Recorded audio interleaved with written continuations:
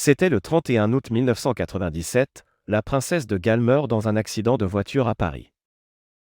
Un drame qui a marqué son époque et ébranlé la famille royale, l'obligeant à redorer son image pour survivre. Princesse de conte de fées mue en jeune femme moderne qui avait ébranlé la monarchie, Lady Di est morte le 31 août 1997. Sa disparition, dans un accident de voiture à Paris, l'a figée à jamais dans le temps à la manière d'une Marilyn, belle, jeune. Elle n'a alors que 36 ans, tragique, et associée aux causes humanitaires qui lui étaient chères. Comme sanctifiée par ses deux fils, William et Harry, et par le public qui, ce jour-là, a perdu sa « princesse des cœurs ». Diana, jeune aristocrate, a tout juste 20 ans quand elle épouse le prince Charles, 32 ans, en juillet 1981. Le mariage à la cathédrale Saint-Paul, regardé par 750 millions de téléspectateurs et pour lequel 600 000 personnes se sont massées dans les rues de Londres, a tout du conte de fées. Mais rapidement, le couple se déchire. Les tabloïds britanniques font leur chou gras de ce naufrage conjugal qui finit en divorce en 1996. Nous étions 3 dans ce mariage.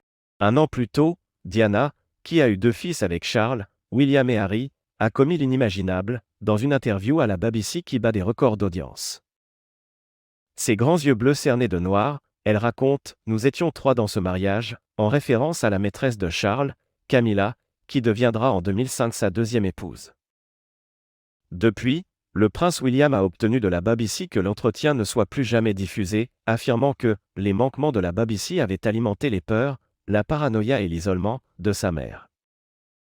Ses 2 fils, adultes, ont réinventé l'image de Diana comme une figure sainte, explique l'expert royal et historien Ed Owens, soulignant que ce n'était pas le cas dans les années 1990, quand beaucoup de gens n'aimaient pas la façon dont elle salissait la famille royale en parlant aux journalistes de sa situation avec Charles. Tony Blair annonce son décès avec des sanglots dans la voix. Malgré des déclarations fracassantes, Lady Di est toujours restée très populaire dans les médias. Jusqu'au jour de sa mort même.